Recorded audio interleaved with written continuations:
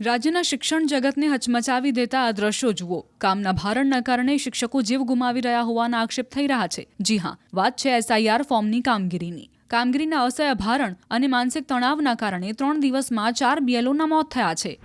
ત્યારે શનિવારે વડોદરાના પાદરાના BLOના સહાયકનું મોત થયું. વડોદરા શહેરની પ્રતાપ સ્કૂલમાં BLO સહાયક તરીકેની કામગીરી કરતા ઉષાબેન ઇન્દ્રસિંહ સોલંકીનું ફરજ દરમિયાન કરુણ મોત નીપજ્યું. ગોરવા મહિલા ITI ખાતે નોકરી કરતા અને મૂળ નર્મદા જિલ્લાના તિલકવાડાના વતની ઉષાબેન પ્રતાપ સ્કૂલમાં ફરજ પર હતા. તે દરમિયાન અચાનક બેભાન થઈને ઢળી પડ્યા. ત્યારબાદ સારવાર માટે સયાજી હોસ્પિટલમાં ખસેડવામાં આવ્યા, જ્યાં ડોક્ટરે તેમને મૃત જાહેર કર્યા હતા.